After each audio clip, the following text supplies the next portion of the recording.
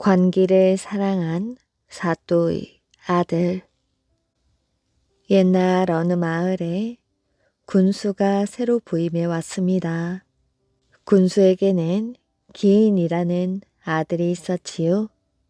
군수의 아들 기인이 관청에 일하던 관기 일선을 보자마자 첫눈에 반하고 말았습니다. 어찌 저리도 고울까? 기인은 일선의 모습을 홀린 듯 넋을 잃고 쳐다보았지요. 기인은 과거를 보기 위하여 공부를 열심히 했습니다. 하루는 밤 늦게 글을 읽고 있는데 어디선가 검은 고를 타는 소리가 은은하게 들려왔지요. 문득 고개를 들자 신비로운 달이 떠올라 있었습니다. 기인은 달빛에 취해 걷다가 은은하게 울리는 검은고 소리에 걸음을 멈추었지요. 기인은 무엇에 홀린 듯 소리가 들려오는 곳을 향해 정신없이 걸었습니다. 누가 검은고를 타는 것일까? 기인은 검은고 소리에 귀를 기울였지요. 그 소리는 먼 냇가 쪽에서 들려왔습니다. 기인은 빠르게 걷기 시작하였지요. 그때 검은고 소리가 뚝 하고 끊겼습니다. 기인은 냇가를 향해 다시 걸었습니다. 냇가의 큰 바위 위에 여인이 단정하게 앉아 있었지요. 일선이었구나. 기인의 가슴은 세차게 뛰었습니다. 일선이 다시 검은고를 타기 시작했지요. 기인은 자신도 모르게 일선을 향해 다가가다가 단소를 꺼내 불기 시작했습니다. 일선은 단소 소리에 감동을 받아 자신도 모르게 검은고를 타기 시작하였지요. 하늘에서 들려오는 소리 같구나. 오랜 시간이 지나고 기인과 일선이 마침내 합주를 끝냈습니다. 저분이야말로 나의 낭군이로다. 둥소 소리가 어찌나 아름다운지 마치 천상의 소리를 듣는 것 같았습니다. 일선이 바위에서 일어나 기인에게 인사를 하였지요. 두 사람은 소리로 교감을 나누었고 여러 날이 지나자 깊은 정을 나누게 되었습니다. 기인은 22살이 되자 진사로 합격하였지요. 진사에 합격을 하면 성균관에 입학하여 공부를 하게 된답니다. 기인은 일선과 마지막 밤을 보내고 한양으로 가기 위한 길을 나섰지요. 일선이 울며 배웅했습니다. 네 나이 꽃다운 청춘이니 홀로 지내기가 어려울 것이다. 새 낭군을 맞아 잘 섬기되 때때로 나를 생각하여라. 어찌 그런 무정한 말씀을 하십니까? 지금은 섭섭하여 울지만 떠나면 금세 잊을 것이야. 제가 서방님을 섬긴 지 2년이 넘었습니다. 몸은 비록 떨어져도 마음은 언제나 함께 있을 것입니다. 정녕 잊지 않을 것이냐? 어찌 있겠어요? 이리하면 믿겠습니까? 일선은 자신의 손가락을 깨물어 비단 소매에 글을 썼습니다. 이 마음 변치 않으며 이 혈서 지워지지 않으리.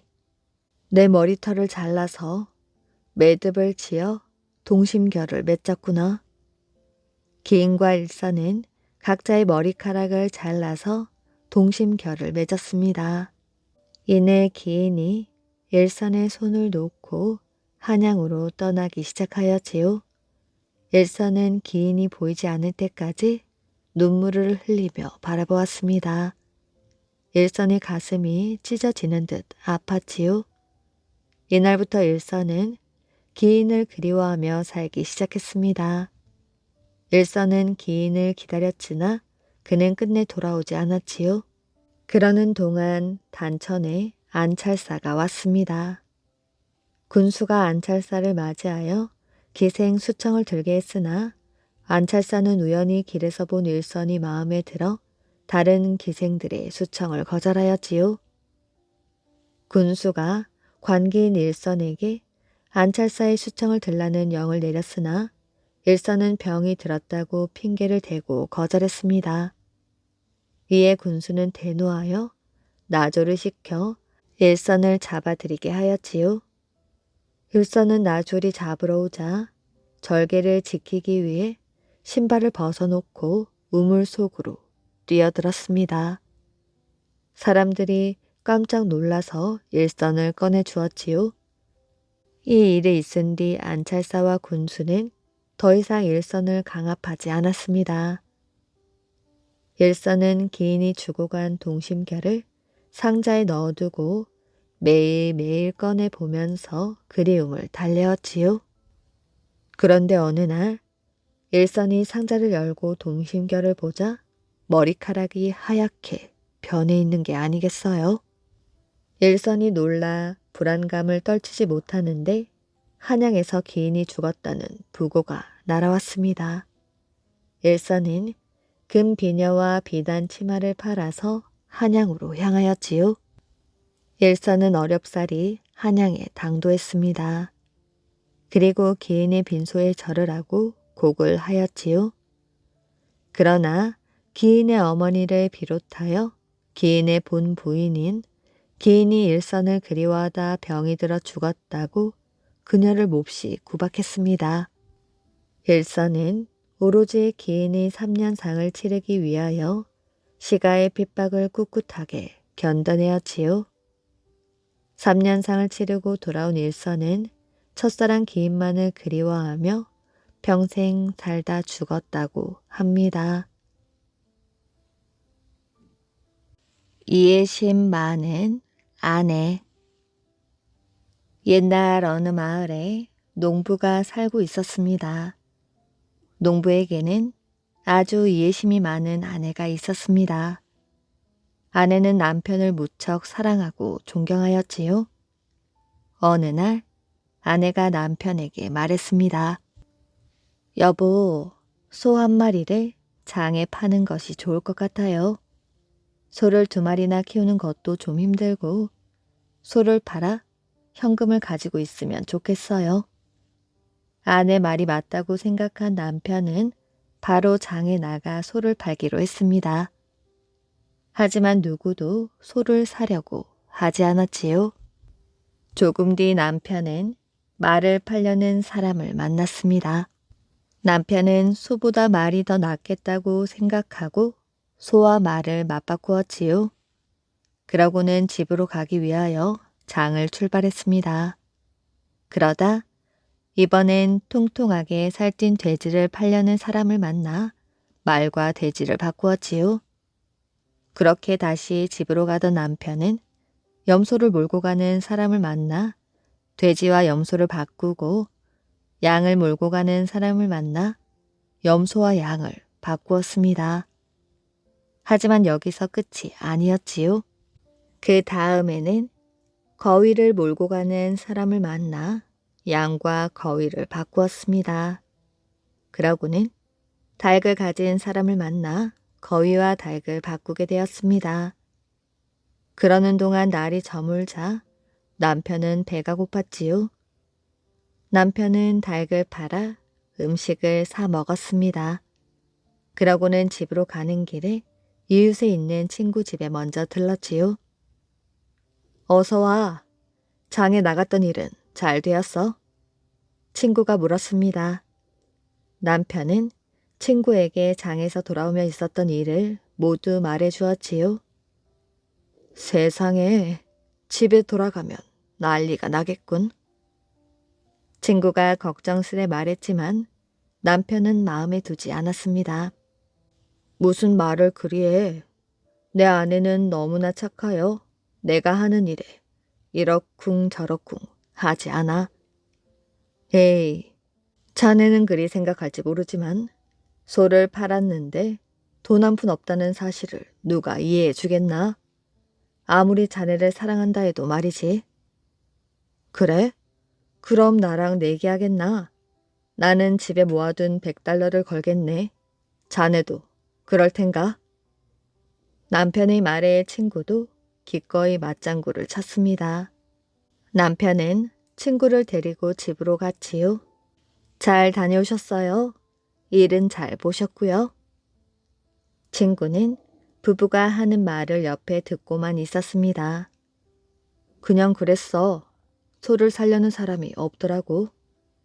다행히 말을 팔려는 사람을 만나 소와 말을 바꾸었지. 정말 잘하셨어요. 그렇지 않아도 타고 다닐 말이 있으면 좋겠다고 생각했거든요. 여보, 내 이야기를 더 들어요. 말은 없어.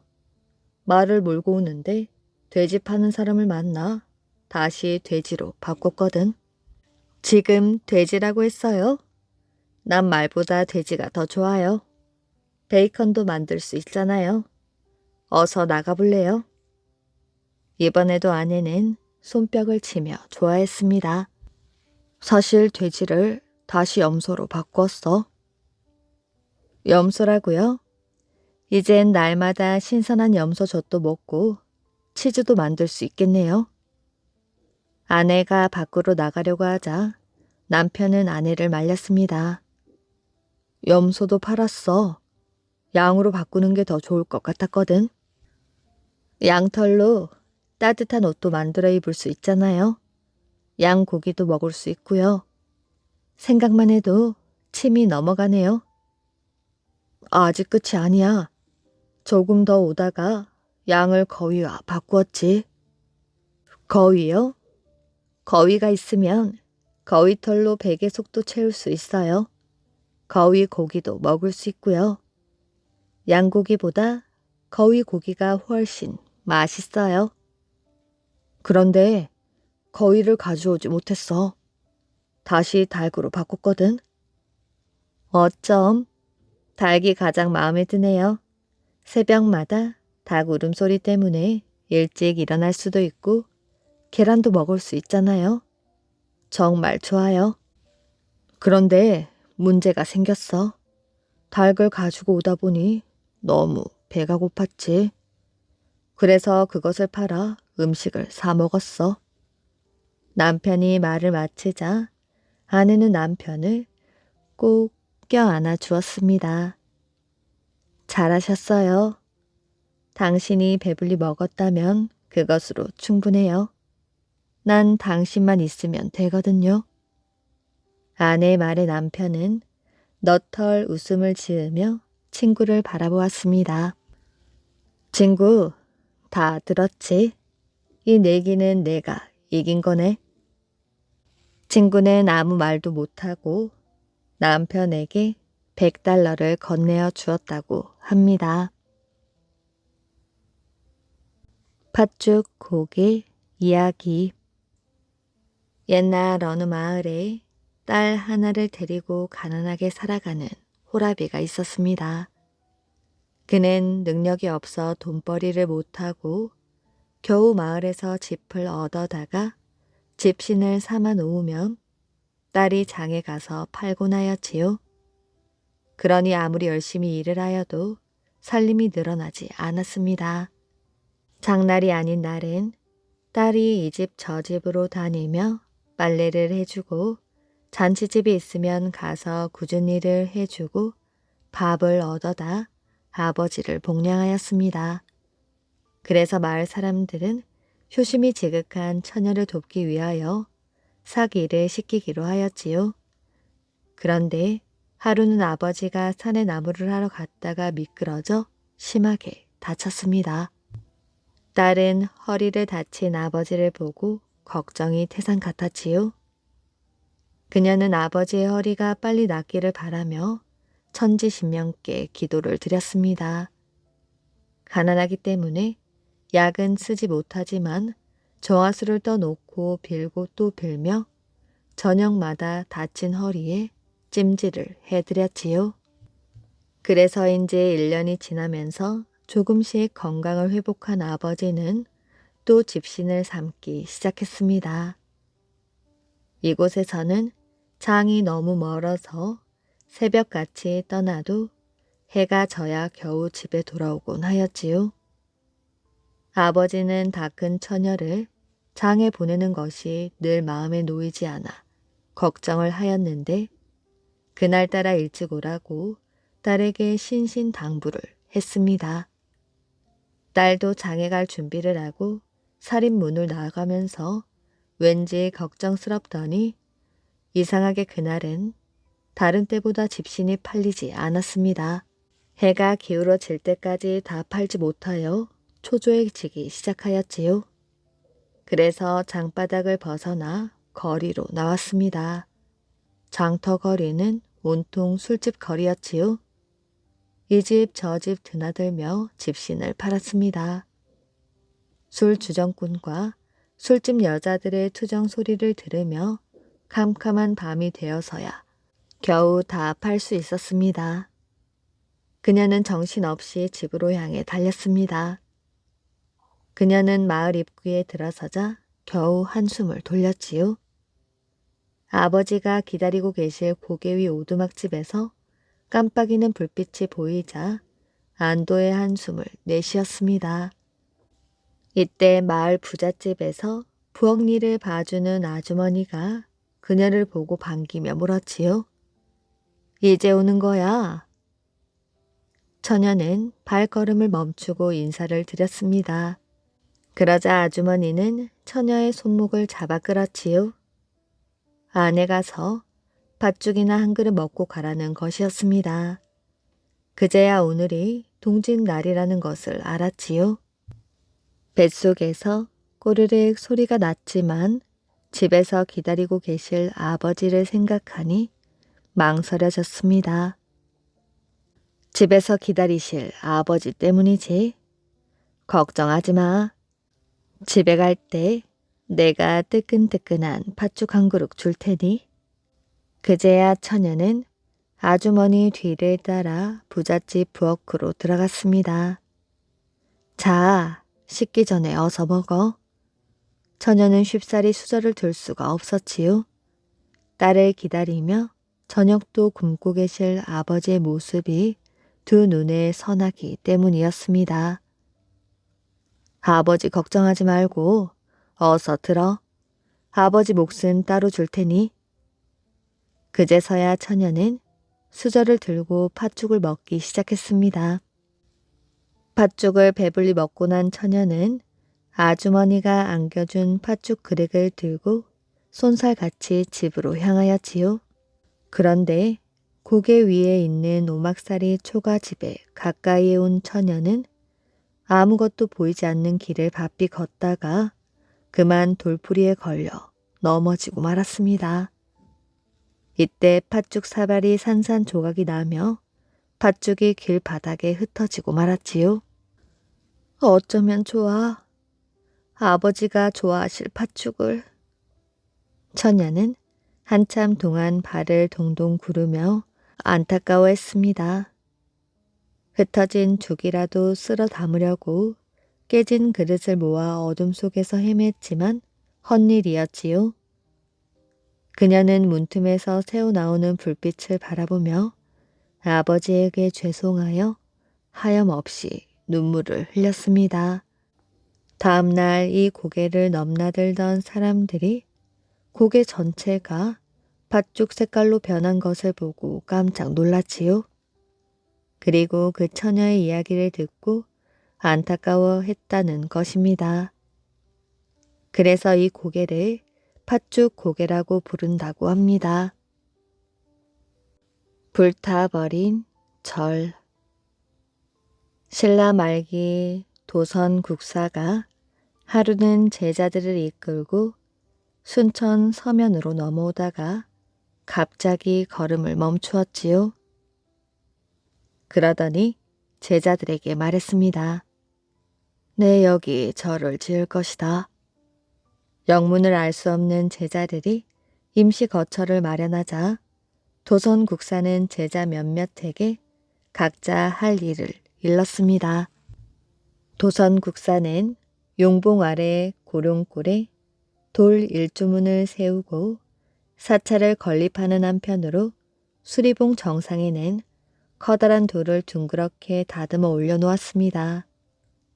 또한 국사봉 정상에는 청동 용마 건축을 세워두었지요.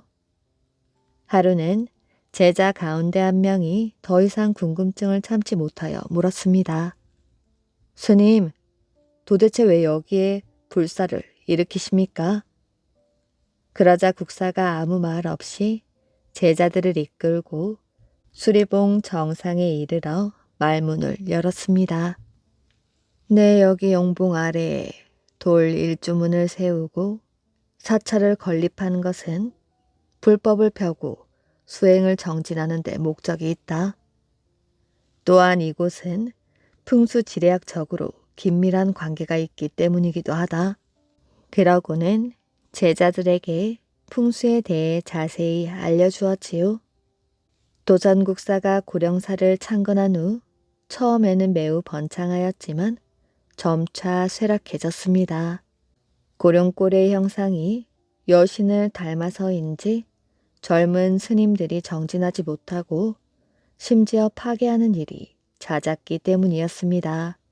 그래서 절을 찾는 스님보다 떠나는 스님이 더 많아져 고령사는 점차 주인 없는 절이 되고 말았지요. 그러다 고려 원종 1년에 송광사 5대 국사인 원호국사가 우연히 이곳을 지나다가 폐사가 된 고령사를 보게 되었습니다. 그래서 마을 노인에게 자초지종을 물었더니 마을 노인이 고령사에 얽힌 이야기를 들려주었지요. 이에 원호국사가 수리봉의 돌을 바로 세우고 건축을 수리하는 등 고령사를 크게 중창하면서 3층 석탑과 부도를 세웠습니다. 그런데 원호국사는 고령사 터가 음기가 강한 곳이어서 비구들이 지내기에는 적절치 않다며 비구니 사찰로 만들었지요. 그래서 그때부터 고령사는 비구니들이 기거하게 되었습니다. 그런데 문제가 생겨버렸지요. 고령골의 음기가 지나치게 강해서인지 여승들이 바람이 나서 걸핏하면 마을 남정네들과 눈이 맞아 문제를 일으켰습니다. 급기야 마을 사람들이 절에 불을 질러 태워버리는 바람에 고령사는 일주문 등 일부 석물만 남긴 채 흔적도 없이 사라지고 말았지요. 효녀와 강아지. 옛날 깊은 산골 외딴 집에 홀 어머니와 사는 어린 소녀가 있었습니다. 소녀는 어머니 때문에 늘 걱정이 많았지요. 어머니가 이름 모를 병으로 시름시름 앓아 누워 있었기 때문이었습니다. 소녀는 남의 집을 돌아다니며 품팔이 일을 하고 있었습니다. 소녀 혼자서 생계를 꾸려가자니 늘 어려움이 많았지요. 그러나 소녀는 희망을 잃지 않았습니다. 지성으로 어머니를 간호하며 열심히 일을 다녔습니다. 그러던 어느 날 마을로 일을 나간 소녀가 밤이 으슥해져서야 집에 돌아오게 되었지요. 잔칫집 일이 늦게 끝난 것입니다. 어머니는 소녀를 기다리다 깜빡 잠이 들었던 모양입니다. 소녀가 방으로 들어서자 어머니는 방금 꾼 꿈 이야기를 하였지요. 얘야, 꿈에 머리가 하얗고 수염이 긴 할아버지가 나타나서는 나에게 잉어를 구워 먹어라. 그리하면 병이 나으리라. 라고 하지 않겠니? 이 말을 믿어도 될까? 그게 정말이에요, 어머니? 소녀는 어머니의 병이 낫는다고 하니 귀가 번쩍 트였지요. 그러나 어머니는 한숨을 쉬었습니다. 그게 사실이라고 해도 지금이 한겨울이니 어디서 잉어를 찾는단 말이야. 그래도 혹시 알아요? 어딘가에 잉어가 있을지? 어머니는 또 한숨을 쉬더니 눈을 감았습니다. 소녀는 잠든 어머니 얼굴을 내려다보았지요. 꿈속에서 어머니가 들었다는 말이 머릿속을 떠나지 않았습니다. 어머니께 잉어를 구해드리자. 찾아보면 있을 거야. 우선 이 산속에 있는 연못을 찾아가 보자. 소녀는 기다란 꼬챙이와 그릇을 가지고 집을 나섰습니다. 산은 온통 눈으로 뒤덮여 있었지요. 소녀가 산 골짜기를 헤매고 있는데 저만치에 개 한 마리가 나타났습니다. 넌 누구니? 집이 없는 거야? 소녀가 다정하게 물으며 머리를 쓰다듬어 주었지요. 개는 소녀의 치마 자락을 물었습니다. 그러고는 따라오라는 듯 잡아 끌었지요. 소녀는 개가 이끄는 대로 쫓아가 보았습니다. 한참 따라가 보니 꽁꽁 얼어붙은 널따란 연못이 있었습니다. 소녀는 동그랗게 얼음을 깨 보았지요. 준비해온 기다란 꼬챙이를 구멍 속에 넣고 휘저었습니다. 그러나 어림도 없었지요. 이렇게 해서 잉어가 잡힐 리가 없었습니다. 소녀는 그 자리에 주저앉아 버렸습니다. 그때 소녀 곁에 서 있던 개가 구멍 속으로 뛰어들었지요. 개는 물속을 헤엄치더니 어른 팔뚝만한 잉어 한 마리를 입에 물고 나왔습니다. 소녀는 깜짝 놀랐지요. 너무나 기뻐 눈물을 흘렸습니다. 소녀는 잉어를 가지고 집으로 향하였지요. 개가 집 근처까지 바래다 주었습니다. 개는 집이 바라보이는 지점에서 갑자기 사라져 버렸지요. 그 대신 머리가 하얗고 수염이 긴 할아버지가 나타났습니다. 할아버지가 말하였지요. 얘야, 나는 이 산의 신령이다. 어머니를 잘 섬기는 네가 기특하여 잉어를 잡아주는 것이니 어머니께 고아드리거라. 어머니의 병이 깨끗하게 나을 것이다. 말을 마친 할아버지는 흔적도 없이 사라져 버렸습니다. 소녀는 그제야 깨달았지요. 아까 그 개는 산신령님이 둔갑을 하신 거로구나. 산신령님, 정말 감사합니다. 소녀는 집으로 돌아가 잉어를 고았습니다. 그러고는 그것을 병든 어머니께 드렸지요. 어머니는 잉어를 먹고 하루 만에 병이 나았다고 합니다.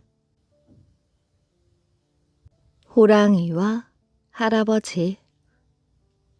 아주 오랜 옛날 어느 마을에 할아버지와 할머니가 살고 있었습니다. 늙은 부부는 양과 소 몇 마리를 키웠는데 날마다 늑대가 와서 한 마리씩 잡아먹었지요.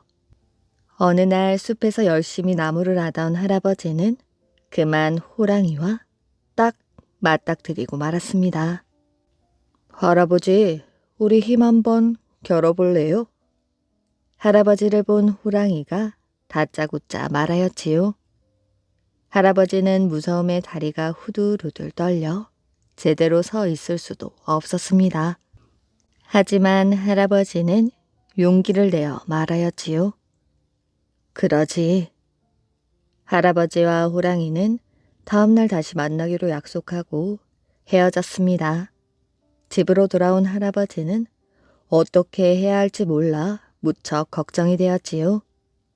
할아버지는 할머니가 놀랄까봐 조심스레 고민을 털어놓았습니다. 그런데 할아버지의 말을 들은 할머니가 전혀 놀라지 않았지요.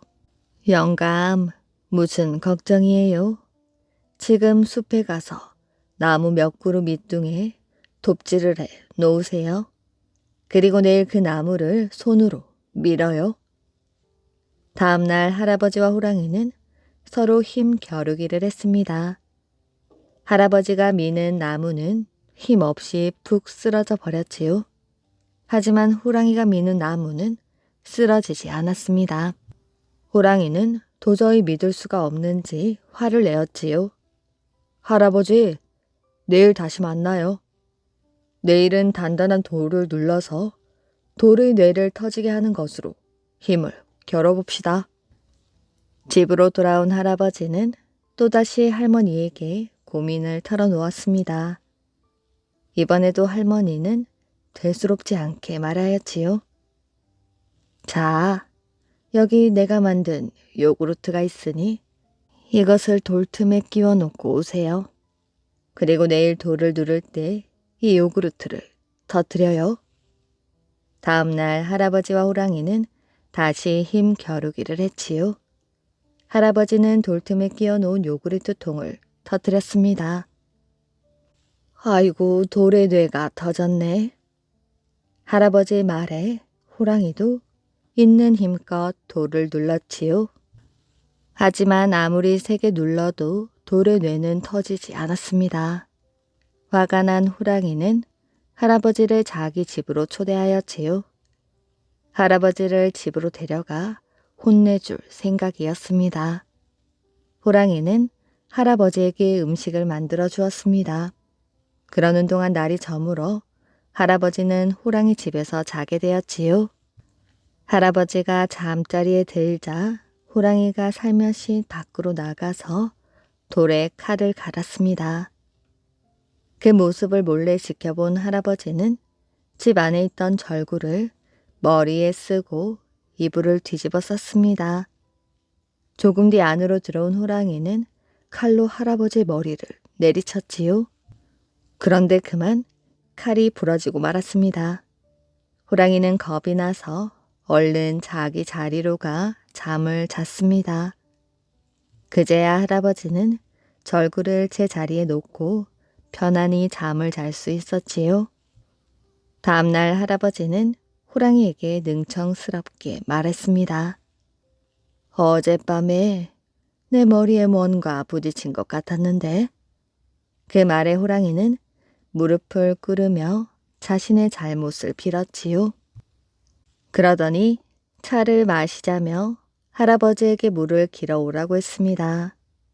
할아버지는 물동이를 들고 우물까지 가서 멍하니 서 있었습니다.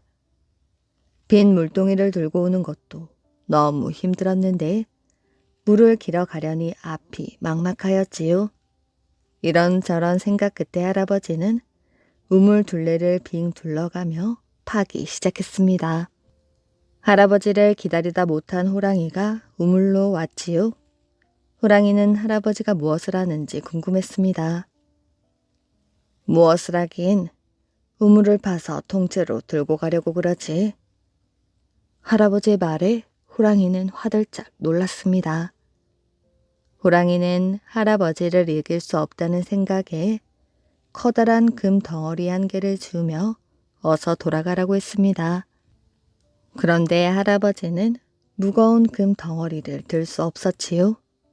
할아버지는 호랑이에게 손님을 바래다 주는 것이 예의라며 금 덩어리를 들고 따라오게 했습니다. 할아버지가 집에 오자 할머니가 할아버지에게 넌지시 말하였지요. 내일 손님이 오시는데 호랑이 고기를 삶아내면 어떨까요? 할머니 말에 호랑이는 걸음아 날 살려라 하며 달아나 버렸지요. 한참을 달리던 호랑이는 늑대를 만나 할아버지와 있었던 일을 말했습니다. 무슨 말이야? 나는 날마다 그 집 가축을 잡아먹는데. 나와 함께 다시 가보자고. 늑대의 말에 호랑이는 진저리를 쳤습니다. 늑대는 자신과 목을 같이 묶고 가면 괜찮다고 말하였지요. 그래서 줄로 서로 목을 묶고 함께 할아버지 집으로 갔습니다. 오라, 늑대 네가 나에게 호랑이 한 마리 빚진 게 있다더니 지금 데려온 게냐? 할아버지 말에 호랑이는 냅다 도망을 쳤지요. 그 바람에 호랑이 목에 매달린 늑대는 그만 죽고 말았습니다. 그 뒤로 늑대가 할아버지와 할머니 가축을 잡아먹는 일은 없었지요. 물론 호랑이를 만날 일도 없었답니다. 용이 떨어진 다리. 옛날 어느 마을에 한돌이 만복이라는 두 청년이 살았습니다. 두 사람은 둘도 없는 친구였습니다. 서로를 얼마나 위하는지 친구가 어려우면 제 입에 넣는 것도 빼내줄 정도여서 동네 사람들이 모두 칭찬하였지요. 뿐만 아니라 두 사람은 부지런하고 싹싹하기가 이를 데 없었습니다. 그러니 마을 사람 누구나 두 청년을 좋아하였지요. 게다가 두 청년은 마을을 위해 아주 큰 일을 해냈습니다. 바로 여름철 물 난리에도 떠내려가지 않을 튼튼한 돌다리를 지은 것이지요. 이 일 때문에 마을에는 경사가 났답니다. 돌다리 공사는 보통 일이 아니었지요. 기술자인 석공을 부려야 하고 다리 하나 짓는데 5, 6년이 걸리니 돈도 만만치 않게 들었습니다. 나라에서도 임금이 다니는 길이 아니면 돌다리 공사는 아예 시작도 안 하려고 하였지요. 그런데 이런 돌다리를 짓는데 두 청년이 앞장섰답니다. 그동안 마을 사람들은 개천 때문에 불안하였지요. 마을 앞에 자리 잡은 너른 개천은 비라도 내리면 물살이 금세 거세져 건너는 사람들을 휩쓸어가 물귀신을 만들어 버렸습니다. 마을 사람들이 제사도 지내보았지만 해마다 물에 빠지는 사람들은 늘어만 갔지요. 처음 두 청년이 돌다리를 짓자고 했을 때에는 반대하는 사람도 많았습니다. 그러나 두 청년은 물러서지 않았습니다.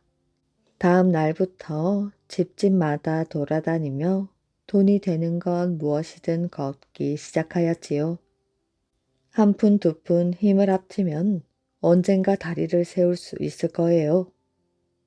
두 청년은 사람들을 설득하였습니다. 돈을 내지 않으려는 사람에게는 어떻게든 사정하여 구멍난 버선이라도 받았고 욕심쟁이 영감은 어르고 달래 쌀 한 자루나 받았습니다. 깨진 간장 종지라도 보이면 보물이라도 되는 양 주워다 팔아서 돈을 만들었지요. 시간이 지나자 돈이 조금씩 모였습니다. 티끌 모아 태산이라고 돈이 점점 많아졌지요. 그러자 마을 사람들도 차츰 두 청년을 도와주었습니다. 그렇게 몇 차례 겨울이 지났지요. 드디어 다리를 놓을 돈이 마련되었습니다. 두 청년은 얼싸안고 좋아하였지요. 그러고는 당장 다리를 짓기 시작하였습니다. 석공을 구하기는 하였지만 두 청년은 석공들 못지않게 일하였습니다. 한창 밥 잘 먹을 나이에 밥 한 그릇 비울 새 없이 손에서 일을 놓지 않고 밤낮으로 애썼습니다. 그렇게 하여 마침내 다리가 완성되었지요. 마을 사람들은 입을 다물지 못했습니다. 무지개 모양 기둥에 호랑이, 용 머리가 새겨진 다리 마루며 천년이 지나도 끄떡 없을 것 같은 든든한 모습에 모두들 넋을 놓았습니다. 다리를 짓고 며칠이 지난 뒤 한돌과 만복이는 고민이 생겼습니다. 다리를 짓고도 돈이 남았기 때문이지요. 만복이 말하였어요. 마을 사람들이 낸 돈이니 모두에게 똑같이 나누어 주자. 그러면 한돌이가 말하였습니다. 나눠주기에는 돈이 너무 적어. 그렇다고 우리 둘이 갖기에는 큰 돈이잖아. 무엇보다 우리 돈도 아닌데 말이야. 그걸 누가 몰라. 그래도 힘들게 모은 돈을 다시 푼돈으로 만들 수는 없잖아. 마음이 딱딱 맞았던 두 사람인데 돈 문제만큼은 그렇지 않았습니다. 며칠이 지나도 남은 돈 문제를 해결하지 못했습니다. 그러다 결국 두 사람은 돈을 다리 아래에 묻기로 하였지요. 나중에 다리가 부서지거나 낡으면 그때 이 돈으로 다리를 고치도록 하자. 두 사람은 돈을 보자기에 싸서 다리 아래에 묻었습니다. 그러고 무슨 일이 있어도 둘만의 비밀로 하기로 하고 각자 집으로 돌아갔지요. 한 달쯤 지난 어느 날 마을에 괴이한 소문이 돌았습니다.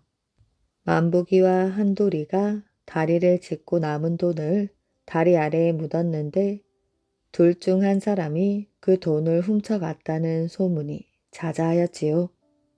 사람들은 처음에는 설마 하였습니다. 그런데 소문이 끊이질 않자 차츰 한돌이와 만보기를 의심하기 시작하였지요. 설마가 사람 잡는다더니 돈이 남았으면 우리에게 말을 했어야지. 안 그래? 그 돈이 어떤 돈인데 우리 막내 약값까지 보탠 돈이야. 처음부터 돈을 남길 속셈이었던 게지. 사람들의 의심은 눈덩이처럼 커져만 갔습니다. 다음날 당장 일이 벌어졌지요.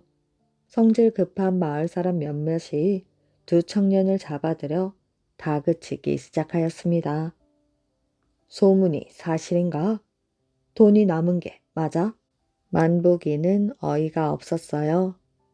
비밀로 한 일이 소문이 난 것도 그렇고 돈이 없어졌다니 귀신이 곡할 노릇이었습니다.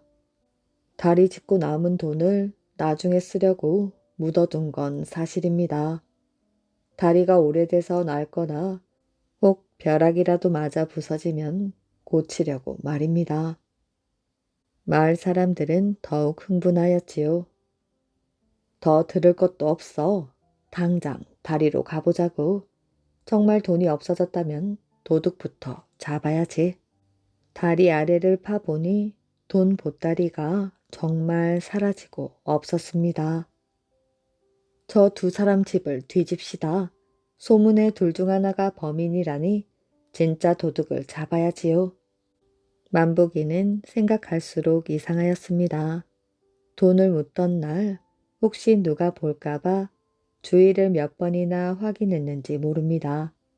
그런데 어떻게 이런 일이 일어난 건지 이해할 수 없었지요. 사람들은 먼저 한돌이의 집부터 가서 헛간 다락방, 뒷간까지 모두 뒤졌는데 아무것도 없었습니다. 다음으로 만복의 집도 뒤졌습니다. 부엌이며 창고며 샅샅이 뒤졌지요. 그런데 그때 누군가 소리를 쳤습니다. 이건 뭐야? 마루 밑에서 웬 흙 보자기가 나왔습니다. 마을 사람들이 만보기를 노려보았지요. 만보기는 기겁을 하였습니다. 세상에 믿을 놈 하나 없다더니. 사람들은 당장 만보기를 무릎 꿇렸습니다. 만보기는 눈앞이 깜깜해졌지요. 그런데 사실 진짜 도둑은 만복이 아니라 한돌이였습니다. 한돌이는 다리를 짚고 나자 자기가 고생한 것만 떠올랐습니다. 단잠 한 번 못 잔 건, 무거운 돌을 나르느라 아직도 성한 곳이 없는 몸, 입속 없이 허비한 시간 등 다리 짚는 고생이 보통 고생이 아니었지요. 그래서 한돌이는 다리를 짚고 남은 돈쯤은 가져도 된다고 생각했습니다. 그런데 저와 같은 생각이겠지 했던 만보기가 돈을 나눠주자고 빡빡하게 구는데 배알이 뒤틀렸습니다. 끝까지 착한 척하는 만보기가 미웠지요. 그래서 욱하는 마음에 돈을 훔쳐버린 것입니다. 그런데 하루 이틀 지날수록 찜찜하였지요. 언젠간 들통이 날 것 같았습니다. 불안한 마음에 잠도 오질 않고 간신히 잠이 들어도 포졸에게 쫓기는 꿈만 꾸었습니다. 한돌이는 모든 것을 만보기에게 뒤집어 씌우기로 하였지요. 한돌이는 돈을 쌌던 보자기를 만보기의 집에 숨겨두었습니다. 그리고 장터에 소문을 퍼뜨린 것이지요. 사람들은 이런 사실을 알 리가 없었습니다. 만보기는 사람들에게 둘러싸인 채 발길질을 당하느라 정신을 잃을 지경이었습니다. 그래도 만보기는 단 한마디도 억울하단 말을 안 하였지요. 그때 한돌이가 나섰습니다. 저를 봐서라도 제발 만보기는 살려주세요. 제가 이렇게 빌게요. 친구 잘못은 제 잘못이니 차라리 저를 때리세요. 진짜 도둑 한돌이는 연기를 잘 하였지요. 사람들은 그 연기에 또 속고 말았습니다. 사람들은 더욱 화가 나서 아까보다 만보기를 더 세게 때렸습니다. 그럴수록 한돌이는 신이 나서 연기를 하였지요. 우는 척을 하며 만보기를 용서해 달라고 빌고 또 빌었습니다. 그렇게 화풀이를 한 마을 사람들이 만보기에게 말하였지요. 네 친구를 봐서 관아의 고발은 하지 않겠다. 한돌이에게 고맙다 절하고 썩 꺼져라. 사람들은 만보기를 마을 밖으로 쫓아내었습니다. 다시는 얼씬도 하지 말라며 말하였지요. 며칠이 지나고 마을은 이상하리 많지 조용했습니다. 웬일인지 골목에 개미 새끼 한 마리 보이지 않았지요. 한돌이도 이상하였습니다. 어느 날부터인가 시름시름 앓기 시작하더니 약을 먹어도 병이 낫질 않았습니다. 부모 형제도 없고 장가도 가지 않았으니 집안 꼴이 말이 아니었지요. 그런데 더 이상한 것은 한돌이만 짜고 돌던 마을 사람들이 한돌이가 아프다는데 누구 하나 코빼기는커녕 그림자도 안 비쳤습니다. 그리고 모여 쑥덕쑥덕 거리고 있었지요. 들었어. 진짜 도둑이 만보기가 아니라며. 한돌이가 친구에게 누명을 씌우고 그 돈을 노름판에서 탕진했다지. 술 취해서 제 입으로 떠벌리고 다녔대.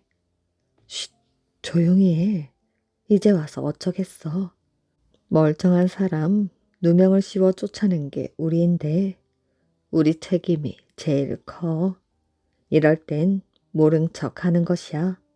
누구 하나 찾아와 주지 않으니 한돌이는 자리에 누워 먹지도 못하고 죽을 날만 기다리는 신세가 되었습니다.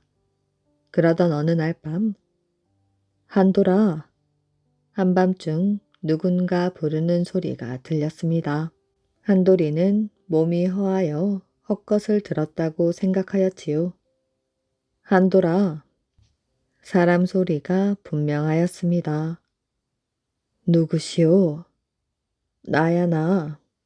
한돌이의 집에 찾아온 것은 다름 아닌 만복이었습니다. 세상을 떠돌던 만복이 한돌이 다 죽게 되었다는 소문을 듣고 한 걸음에 달려온 것입니다. 한돌이는 만복이에게 미안하여 얼굴을 들지 못할 지경이었습니다. 그러나 만복이는 도리어 한돌이를 위로하였지요. 만복이는 지난 날에 대해서는 아무것도 묻지 않았습니다. 묵묵히 한돌이를 간호할 뿐이었지요. 한돌이는 차마 제 입으로 자신이 진짜 도둑이라고 말하지 못했습니다. 만복이는 산으로 들로 다니며 한돌이에게 좋다는 약을 구했고 밤새 뜬 눈으로 한돌이를 지켰습니다. 그러나 만복이의 정성에도 불구하고 한돌이의 병은 깊어만 갔지요. 그러던 어느 날 아침, 세상에 이럴 수가. 만복이는 한돌이를 살피기 위하여 방으로 들어왔다가 깜짝 놀랐지요. 한돌이가 있어야 할 이부 자리에 구렁이 한 마리가 또아리를 들고 있었습니다. 한돌이가 구렁이로 변한 것이었지요. 때마침 지나가던 사람이 이 광경을 보았고 소식은 입에서 입으로 전해졌습니다. 온 마을이 발칵 뒤집혔지요. 사람들은 구렁이가 해코지를 한다며 꼬챙이로 찌르고 빗자루로 내리치며 마을 밖으로 몰아냈습니다. 돈을 자기가 가져갔으니 부정을 타서 염라 대왕이 벌을 내린 게지. 남의 돈을 탐내고 친구를 배신하더니 결국 구렁이가 됐구먼. 만보기가 말려도 사람들은 막무가내였습니다. 사람들은 만보기에게 했든 구렁이에게 침을 뱉으며 쫓아내었지요. 구렁이는 사람들의 매를 피해 다리 아래로 기어 들어갔습니다. 그것은 바로 두 친구가 돈을 묻어두었던 곳이지요. 그 뒤부터 비가 오는 날이면 다리 아래에서 구슬픈 울음소리가 났습니다. 날이 굳을 때마다 울음소리가 나니 사람들은 그 소리를 구렁이 울음소리라 생각하였지요. 장마철이 되자 사람들은 다리를 부수자며 아우성을 쳤습니다. 한편 하늘에서 이 모든 일을 지켜본 염라대왕은 참 한심하단 생각이 들었습니다. 만보기의 일도 그렇고 애써 지은 다리를 부수자고 하니 한숨만 나왔지요. 생각도 못한 염라대왕은 구렁이를 용으로 변신시켜 하늘로 데려오기로 마음먹었습니다. 하루 종일 비가 내리던 어느 날 밤 다리 아래에는 이상한 일이 벌어졌지요. 구렁이가 용으로 변하더니 다리 아래에서 나와 하늘로 올라가기 시작하였습니다. 그러나 용으로 변한 구렁이는 하늘 끝까지 오르지 못하고 그만 땅으로 떨어져 죽고 말았지요. 사람들은 죄를 지은 한도리가 스스로 하늘에 안 올라간 것이라고 말했습니다. 그리고 이제 구렁이가 죽었으니 다리를 부술 필요가 없다고 좋아하였지요. 만보기는 말 없이 구렁이를 내려다보았습니다. 그리고 사람들이 돌아간 후 구렁이를 편안히 묻어주었지요. 그 뒤부터 사람들은 이 다리를 민의 다리라고 불렀습니다. 옛날에는 용을 미르라고 했는데 미르라는 말이 전해 내려오면서 미네로 바뀌었다고 합니다. 마을을 지켜준 나무. 옛날 임금이 머물던 별궁 앞에 못난이라고 손가락질 받는 느티나무 한 그루가 있었습니다. 누구나 쉽게 찾을 수 있는 곳이었지만 아무도 그 느티나무 밑에서는 쉬어가지 않았지요. 닷새마다 열리는 장날이었습니다. 그날 밤 한 젊은이가 금방이라도 쓰러질 듯 걸어오더니 느티나무 아래에 풀썩 주저앉아 잠이 들었지요. 다음날 아침 푹 자고 일어난 젊은이가 막 떠나려고 하는데 어디선가 말소리가 들렸습니다. 넌 날 찾아준 첫 번째 사람이야. 동네 사람들은 나를 못난이 느티나무라고 놀려.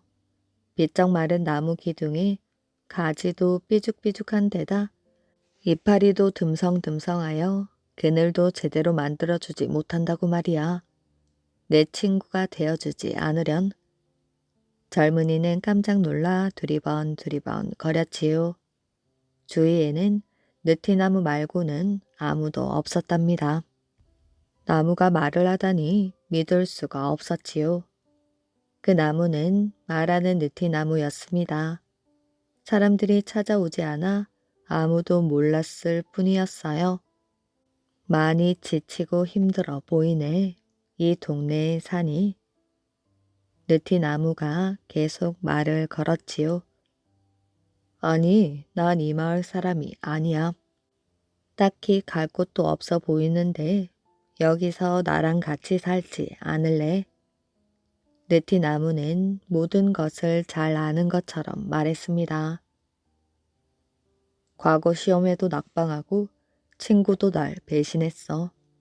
이젠 집에 돌아갈 돈도 없어서 떠돌아다니는 신세지. 갈 곳도 잘 곳도 없어. 젊은이는 자기도 모르게 느티나무와 이야기를 했습니다. 딱히 갈 곳도 없는 젊은이는 느티나무 아래에서 살기로 결심하였지요. 하루 이틀 지내다 보니 느티나무 아래에서 먹는 것, 자는 것, 공부하는 것이 모두 좋았습니다. 못난이 느티나무는 길게 가지를 늘어뜨려 젊은이를 감싸 안아 보살펴 주기까지 했지요. 둘 사이에는 두터운 정이 새록새록 쌓여갔습니다. 그해 여름 비는 오지 않고 찜통 같은 무더위가 몇 날 며칠 계속되었지요. 논바닥은 쩍쩍 갈라지고 계곡물도 바짝 말랐습니다. 백성들의 고통이 깊어 갈수록 임금도 걱정이 이만저만이 아니었어요. 몇 번을 거듭하여 비를 내려달라고 기우제를 지냈지만 비는커녕 날은 점점 더 뜨거워졌습니다. 임금은 밥도 먹지 않고 잠도 제대로 자지 않으며 걱정을 하였지요. 그 소식을 들은 젊은이는 임금을 찾아가 간절하게 말했습니다. 임금님, 못난이 느티나무 아래에서 기우제를 지내보십시오. 젊은이는 느티나무를 믿었습니다. 임금은 비만 온다면 무엇이든 하고 싶었지요. 그래서 젊은이의 말을 믿어보기로 하였습니다. 임금은 못난이 느티나무 아래에서 모든 마을 사람들과 함께 기우제를 지냈습니다. 그 어느 때보다 정성을 들이고 마음을 쏟았지요. 기우제가 끝나갈 때쯤이었어요. 갑자기 먹구름이 느티나무 꼭대기로 모여들었지요. 그러더니 후두득 소리와 함께 빗방울이 떨어지기 시작했습니다. 빗줄기는 점점 굵어지고 이내 장대비가 쏟아졌지요.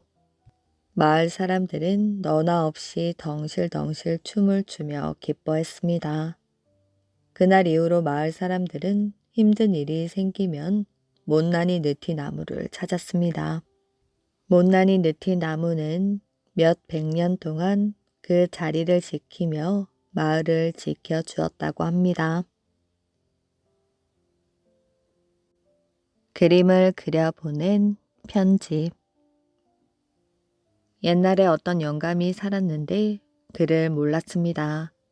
까막 눈이었지요. 그런데 이 영감이 며느리를 봤습니다. 며느리를 봐가지고 술을 빚어 먹으려고 보니 누룩이 없었지요. 예, 며느라가 사돈 댁에는 누룩이 있을까? 예, 친정에는 누룩이 있을 거예요. 그럼 사돈한테 누룩 좀 보내라고 편지를 써야겠다. 종이와 붓을 가지고 편지를 쓰는데 당최 글자를 알아야 쓸 것 아니에요. 누룩이라고 누자를 아나 룩자를 아나 도무지 한 글자도 모르니 쓸 수가 없었습니다. 붓을 들고 가만히 생각하다가 에라 모르겠다 하고 그냥 커다랗게 동그라미 하나를 그렸지요. 누룩 모양이 둥글 넓적하니 그렇게 그린 것입니다. 그것을 사돈에게 보내었어요. 그러고 나서 며칠 있으니 사돈에게서 답장이 왔습니다. 그런데 동그라미의 작대기를 기다랗게 꿰어놓은 그림이었지요. 이쪽에서 그림 편지를 보내니 사돈도 그림으로 답장을 했나 본데 도무지 무슨 뜻인지 알 수가 없었습니다. 그래서 며느리를 불러 물어보았습니다. 예, 며느라가 사돈에게 누룩 보내라고 동그라미 하나를 그려 보냈더니 동그라미의 작대기를 기다랗게 꿰어서 도로 보냈구나. 이게 대체 무슨 뜻이냐? 며느리가 편지를 가만히 들여다보더니 친정아버지가 누룩을 보내기 싫어서 쭉 뻗대는군요. 듣고 보니 과연 그랬습니다. 이 영감이 그만 화가 나서 낯빛이 불그락 푸르락해졌지요.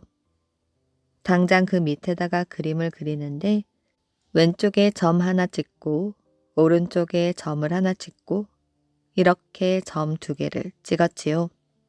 그런데 점 하나는 붉은색이고 다른 하나는 푸른색이었습니다. 그렇게 점 2개를 찍어 또 사돈에게 보내었지요. 그것을 보고 며느리가 물었습니다. 아버님, 그 점 2개 찍은 것은 무슨 뜻이에요? 보고서도 모르니? 내 얼굴이 불그락불그락해졌다는 뜻 아니냐? 그래놓고 며칠 있으니 사돈이 또 답장을 보내왔어요. 얼른 뜯어보니 젓가락 하나와 소 1마리를 그려놓았습니다. 그건 또 무슨 뜻인지 알 수가 없었어요. 또 며느리를 불러 물어보았습니다. 이번에는 사돈이 젓가락 하나에다 소 1마리를 그려보냈구나. 이게 대체 무슨 뜻이냐? 며느리가 그림을 가만히 들여다보더니 아버님, 이제 곧 누룩이 들어오겠네요. 친정 아버지가 젖소합니다. 아니나 다를까 조금 있으니 사돈 집에서 심부름꾼이 누룩 한 짝을 짊어지고 왔습니다. 이야기 재미있게 잘 들으셨나요? 오늘의 이야기는 여기까지입니다. 오늘도 이야기를 들어주셔서 정말 감사합니다. 오늘도 편안한 밤 되시길 바랍니다.